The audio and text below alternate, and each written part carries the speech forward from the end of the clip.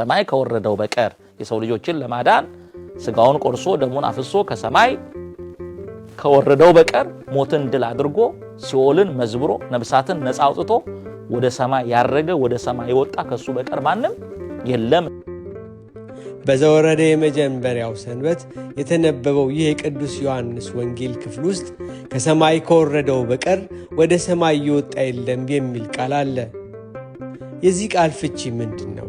ከሰማይ የወረደው ወደ ሰማይ የወጣውስ ማን ነው? ያው በተነበበው በዛሬው በዮሐንስ ወንጌል ምዕራፍ 3 ላይ የተነበበ ኃይለ ቃል ነው። ቃሉን የተናገረው ለኒቆዲሞስ ነው። በማታ እየመጣ ይማር ለነበረው ለኒቆዲሞስ ስለ መንፈሳዊ ነገር በነገረው ጊዜ ረቆበት ነበርና ስለ ስጋዊ ነገር በነገርኳችሁ ጊዜ አምናችሁ ካልተቀበላችሁ ስለ ሰማያዊ ነገር በነግራችሁ እንዴት ታምናላችሁ ብሎ በተናገረው አንቀጽ ላይ ከሰማይ ከወረደው በቀር ወደ ሰማይ የወጣ ማንም የለም ብሎታልና ይሄ ማለት ምን ማለት ነው የሚል ጥያቄ ተነስቷል። መልካም ነው ጥያቄው። አንዳንድ ሰዎች ይሄንን ኃይለ ቃል አንስተው ኦርቶዶክሳዊ ተዋሕዶ ቤተክርስቲያን የእመቤታችንን ፍልሰቷን ትንሳኤዋንና እርገቷን በሰፊው የምታስተምር ቤተክርስቲያን ናት። እኛም አምነን ላመኑት ልጆቿ የድንግልን ፍልሰቷን ትንሳኤዋንና እርገቷን እናስተምራለን። የድንግልን ፍልሰት የድንግልን ትንሳኤ የድንግልን እርገት ለመቃወም እንደ መቃወሚያ አድርገው የሚያነሱት የመጽሐፍ ቅዱስ ክፍል ነው። ለምንድን ነው ክርስቶስ ከሰማይ ከወረደው በቀር ወደ ሰማይ የወጣ የለም ብሎ የተናገረው? ወደ ሰማይ ከወጣው ከክርስቶስ በቀር ማንም የወጣ የለም ብለው የሚናገሩ ሰዎች አሉ። እኔ አንድ ጥያቄ አለኝ። እጅግ ብዙ በርካታ የብሉይ ኪዳን መጽሐፍት ላይ በአዲስ ኪዳንም ቅዱሳን መላእክት ከሰማይ ወርደዋል። የተላኩበትን ተልእኮ ደግሞ ፈጽመው ወደ ሰማይ ደግሞ ወጥተዋል። ስለዚህ ከሰማይ ከወረደው በቀር ወደ ሰማይ የወጣ የለም ካልን እስራኤልን ለመታደግ የተላከው መልአክ ከሰማይ ወርዷል። ብዙ መላእክት ከሰማይ ወርደዋል። እነ ዳንኤልን ይረዱ ሌሎችንም ቅዱሳን ይረዱ መላእክት ተመልሰው ደግሞ ወደ ሰማይ ወጥተዋል። በአዲስ ኪዳንም ሐዋርያትን ይረዱ መላእክት ከሰማይ ወርደው እንደገና ወደ ሰማይ ተመልሰው ወጥተዋል። ስለዚህ ከሰማይ ከወረደው በቀር ወደ ሰማይ ወጣ ማንም የለም ካልን መላእክት ለተልእኮ አልወረዱም ነበር ማለት ነው? ከወረዱስ በኋላ ተመልሰው አልወጡም ነበር ማለት ነው? ይሄንን እንጠይቃለን። እነሱ ብቻ አይደሉም። ለምሳሌ አካሄዱን ከእግዚአብሔር ጋር ያደረገ ሄኖክ ካልተገኘም እግዚአብሔር ወስዶታል፣ ወጥቷል፣ እግዚአብሔር ወስዶታል። ኤልያስ በሰረገላ ተነጥቆ ወደ ሰማይ ተወስዷል። ከሰማይ ከወረደው በቀር ወደ ሰማይ ወጣ የለም ካልን ኤልያስ ወዴት ነው ሄደው? ወደ ሰማይ ነው የተነጠቀው። እንዲህ እያልን ብዙ ጥያቄዎችን ልናነሳ እንችላለን።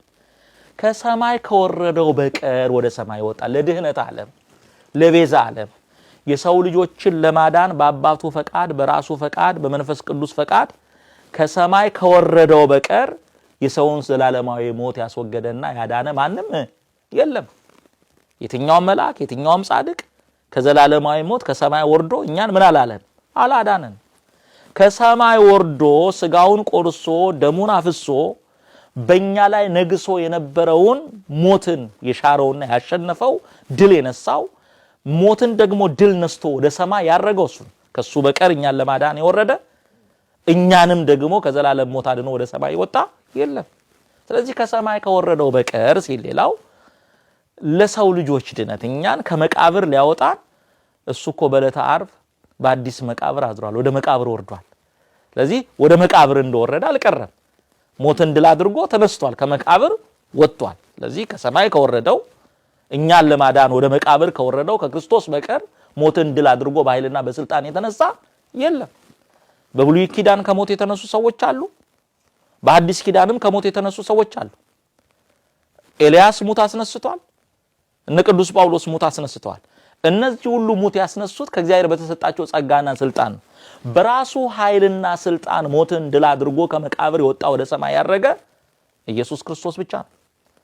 ስለዚህ ሌላው ከሰማይ ከወረደው በቀር ሲል ወረደ ስንል በአካለ ነፍስ ወደ ሲኦል ወርዷል።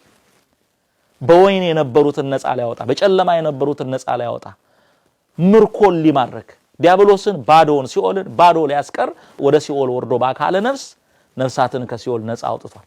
ስለዚህ ከሰማይ ከወረደው በቀር የሰው ልጆችን ለማዳን ስጋውን ቆርሶ ደሙን አፍሶ ከሰማይ ከወረደው በቀር ሞትን ድል አድርጎ ሲኦልን መዝብሮ ነፍሳትን ነፃ አውጥቶ ወደ ሰማይ ያረገ ወደ ሰማይ የወጣ ከሱ በቀር ማንም የለም ለማለት የተነገረ ኃይለ ቃል ነው። ስለዚህ ከሰማይ ከወረደው በቀር ወደ ሰማይ የወጣ ለኛ ሕይወት የሆነ ለኛ ቤዛ የሆነ በሞት ላይ ስልጣን ያለው ሞትን ያሸነፈ ማንም የለም ለማለት የተነገረ ኃይለ ቃል ነው።